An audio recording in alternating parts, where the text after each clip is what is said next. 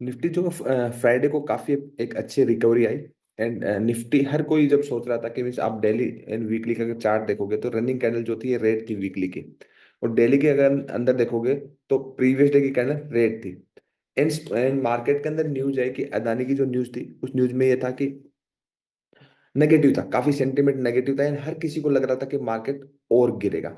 But इससे पहले वाला एनालिसिस के वीडियो में भी मैंने आपको बताया था कि डेली चार्ट अब आप देखोगे तो प्राइस जो है हमेशा रन एंड पुल बैक में चलता है। देखिए प्राइस यहाँ से लेकर आप देखोगे 24,400 से लेकर के ऑलमोस्ट अगर आप देखोगे 23,400, 1,000 पॉइंट का एक रैली आ चुकी थी नीचे की साइड एंड एक पुल बैक एक्सपेक्टेड था। तो ये एक बेस्ट मौका था यहाँ पे कि अदानी की एक वेस्ट न्यूज थी कि मार्केट का सेंटीमेंट यहाँ पे खराब होने वाला है, हर किसी को लगेगा रिटेल ट्रेडर को कि मार्केट गिरेगा। और उसके बाद देखिए मार्केट एक शार्प रिकवरी दी। और मैंने आपको हमारा जो पब्लिक वाला जो टेलीग्राम ग्रुप है उस ग्रुप में मैंने आपको बताया था, आपको 23,600 की कॉल बताई थी जो कि ऑलमोस्ट 130 रुपए से 400 हो गई थी। मैंने आपको बैंक निफ्टी की एक कॉल बताई है जो कि आपका मंडे के लिए होल्ड करने के लिए बोला है। एंड इन्फो एज जो मैंने बोला था कि 5% इंट्राडे में जाएगा वो 6-6.5% इंट्राडे में गया, वो सब मैंने फ्री ऑफ कॉस्ट पब्लिक वाला टेलीग्राम ग्रुप में बताया है। वहां से आप ज्वाइन कर सकते हो, देख सकते हो। एंड अभी मंडे के लिए एक्सपेक्टेशन है कि मंडे को भी मार्केट जो है एक बड़ा गैप अप ओपन हो सकता है। एंड आगे आने वाले दिनों में क्या पॉसिबिलिटीज है, क्योंकि महाराष्ट्र इलेक्शन में काफी अच्छा एक विनिंग हुआ है बीजेपी का, तो वो भी एक फैक्टर करेगा। टेक्निकल्स के अकॉर्डिंग अगर हम देखें तो मार्केट काफी ओवर स्ट्रेच हो गया। सबसे पहले हम वीकली चार्ट पे बात करेंगे। वीकली चार्ट पे अगर बात करेंगे तो लास्ट जब आपका एग्जिट जो लोकसभा वाले इलेक्शन के रिजल्ट आए थे आप देखेंगे जून वाले, 3 जून वाले बात, 3 जून के दिन आपकी एक साफ रिकवरी आई थी रिजल्ट के बाद।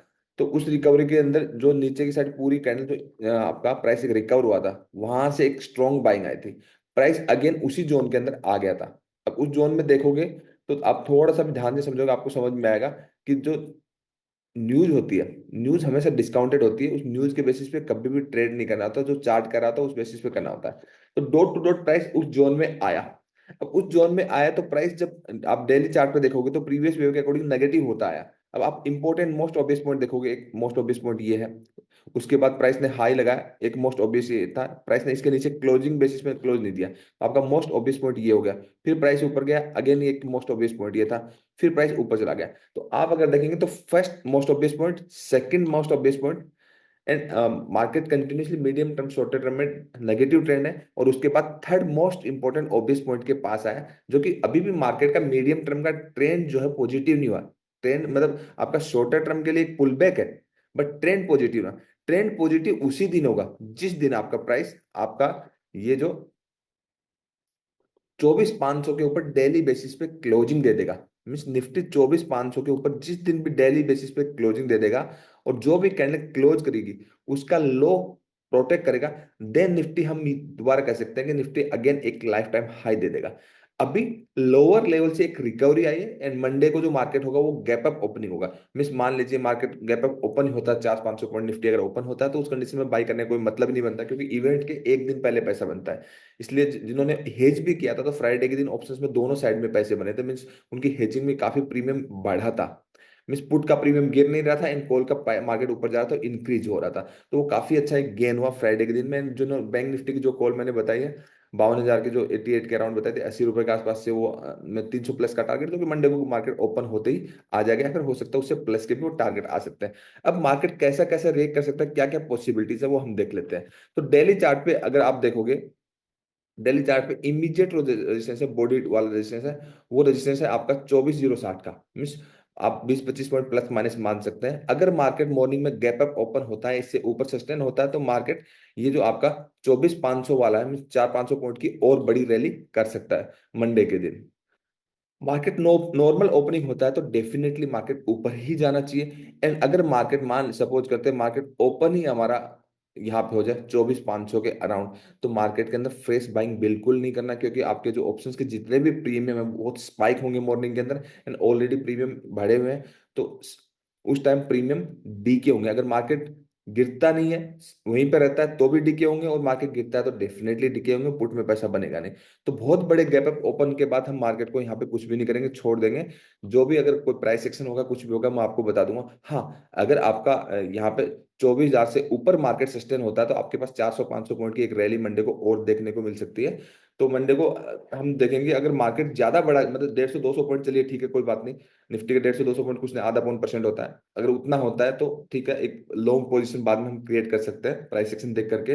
बट ऑलरेडी 2.5-3% अगर मार्केट ऊपर खुल जाए तो उस कंडीशन में जिन्होंने भी फ्राइडे को रिटेल ट्रेडर को ट्रैप किया इस लेवल पे, रिटेल ट्रेडर यहाँ पे ट्रैप है, वो क्या करेंगे, अपनी अपनी प्रॉफिट बुकिंग करेंगे, उस ड्यूरिंग में आप टॉप पे फंस जाओगे, वो प्रॉफिट बुकिंग करेंगे, फिर market end of the day negative to sideways हो जाएगा। अगर मार्केट 2.5-3% गैप अप खुलता है निफ्टी उस कंडीशन में, तो इंपॉर्टेंट लेवल्स जो है ये आप ये ध्यान रखिए, 24,500 के राउंड है, ठीक है, और आपका 24,050 है, 24,100 का है, एंड ये नीचे वाला अगर यहाँ में मिले तो ये अच्छा एक बाइंग सेटअप बनता है। तो इन लेवल्स पे ध्यान रखिए, बाकी वो जो पब्लिक वाला टेलीग्राम ग्रुप है वहाँ पे अपडेट कर दूंगा। एंड न्यू प्राइस एक्शन जो बैच हम स्टार्ट करेंगे वो हम 16 दिसंबर से स्टार्ट करेंगे, उसके लिए आप एनरोल कर सकते हैं, लिमिटेड स्टूडेंट्स को लेंगे। अब मैं आपको वो स्टॉक्स बता देता हूँ, एंड कुछ स्टॉक्स जो मूव करने वाले वो बता देता हूँ। अब मैं रिलायंस में देख रहा था, रिलायंस मैंने बताया भी था। और आपको अगर मैं इन्फो एज की बात करूँ, आपको मैं दिखाता हूँ एक बार, अगर हम इन्फो एज की बात करें एंड बैंक निफ्टी की हम बात करेंगे। इन्फो एज मीन्स Naukri.com वाला ही है, ठीक है, ठीक है, ये हमने निकाल दिया। देखिए मार्केट जब ओपन हुआ तो प्री ओपन के ड्यूरिंग में ही मैंने बता दिया था कि इन्फो एज का इंट्राडे जो टारगेट है मेरा 5% प्लस का टारगेट। इवन मैं 5 स्टॉक आपको आउट ऑफ 500 स्टॉक करके 5 स्टॉक वो भी बताता हूँ, जो नेक्स्ट 2 दिन में अगर वॉच लिस्ट में आप ऐड करके रखते हैं, उसमें 5% से लेकर के 20% तक का मूवमेंट उसमें आता है। तो अगर आप ये देखोगे तो आप, इसका मैंने एक कॉल ऑप्शन भी बताया था, आप देखेंगे कि मार्केट जब यहाँ पे ओपन हुआ था, आप देखोगे 7 से तो खुलते ही लेना था, क्योंकि मैंने श्योर शॉट वो बताया था, और उसके बाद आप अगर देखोगे तो आपका 8,000 का इसका हाई, मीन ऑलमोस्ट 400 पॉइंट ने इसने अच्छा खासा, मीन 5-6% आपको खुलने के बाद भी मिल गया था इसमें रिटर्न, तो इंट्राडे में वो ही मिला है। अब मैं आपको कुछ स्टॉक्स बताता हूँ, जैसे स्टॉक से पहले मैं आपको बैंक निफ्टी बताता हूँ। बैंक निफ्टी की अगर हम बात करेंगे तो बैंक निफ्टी क्या है, बैंक निफ्टी, निफ्टी जितना मूव किया उतना बैंक निफ्टी मूव नहीं किया। अगर निफ्टी का परसेंटेज वाइज गेन करोगे तो निफ्टी ऑलमोस्ट आपका, अगर यहाँ पे देखेंगे निफ्टी जो है 2.39% गेन हुआ है, और bank Nifty 1.15, means bank Nifty पीछे रह गया। तो मंडे को जब भी मार्केट में मूव आएगा तो बैंक निफ्टी इसको लीड करेगा, ये आप ध्यान रखिए, ठीक है। अब बैंक निफ्टी का अगर चार्ट स्ट्रक्चर पे बात करेंगे और मंथली एक्सपायरी पे चार्ट स्ट्रक्चर बात करेंगे तो बैंक निफ्टी जितना निफ्टी हमारा गिरा है, ठीक है, उतना बैंक निफ्टी नहीं गिरा है। अब आप देखोगे तो प्राइस एक ही लेवल पे बैंक निफ्टी सपोर्ट ले रहा है।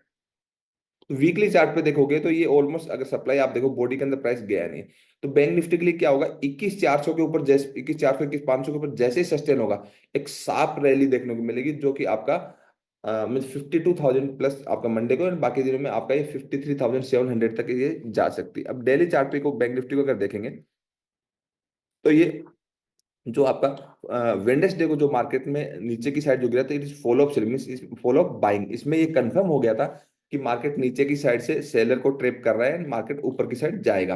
एंड मंडे को एक, सॉरी फ्राइडे को ये कंफर्म हो गया था कि मार्केट सस्टेन हो गया, मार्केट ऊपर की साइड जा रहा है। तो मार्केट जो है एक ही जोन पे बार बार यहाँ पे सपोर्ट ले रहा है, एक ही जोन पे। तो अब आप देखेंगे तो यहाँ पे सारा सब कुछ क्लियर है, मीन फ्रेश जैसा कुछ नहीं है। तो मार्केट अगर 51,500 के ऊपर सस्टेन होता तो आप एक नई रैली, जो कि 52,800 एंड 52,800 प्लस आपका एक हो सकता है, एक नया लाइफ टाइम हाई भी देख सकते हैं, क्योंकि एचडीएफसी बैंक का भी चार्ट अच्छा दिख रहा है।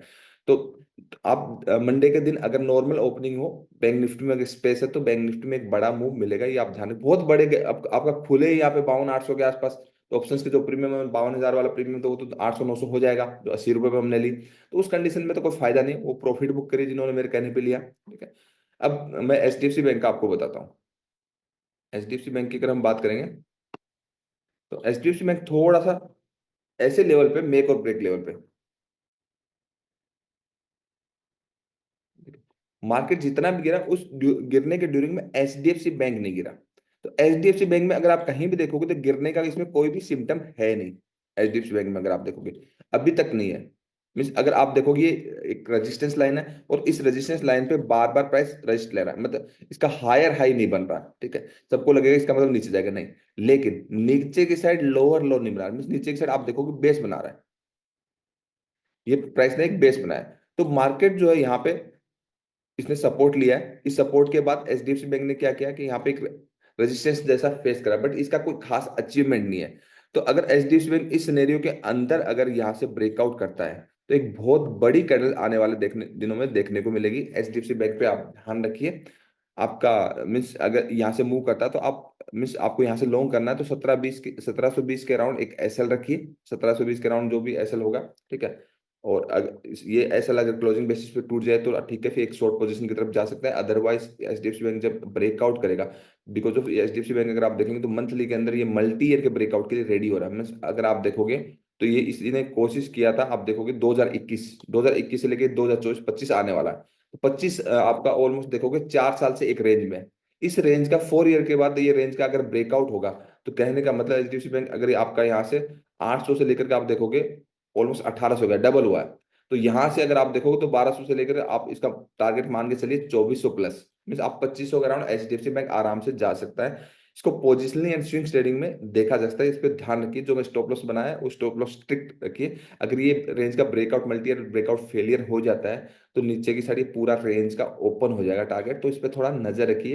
ये मेक और ब्रेक लेवल पे एचडीएफसी बैंक आने वाले दिनों में आपको अच्छा दिखेगा। आई होप आपको ये एनालिसिस पसंद आया होगा। एंड पब्लिक वाला जो टेलीग्राम है उसमें कंटिन्यूसली आप उस चीज़ों को देखते रहिए, समझते रहिए। मैं रेगुलर बेसिस पे अपडेट करता हूँ, 5 स्टॉक्स बताता हूँ, निफ्टी का एनालिसिस बताता हूँ, एंड बेस्ट लेवल जब भी बनते हैं तो मैं आपको बताता हूँ। Thank you so much.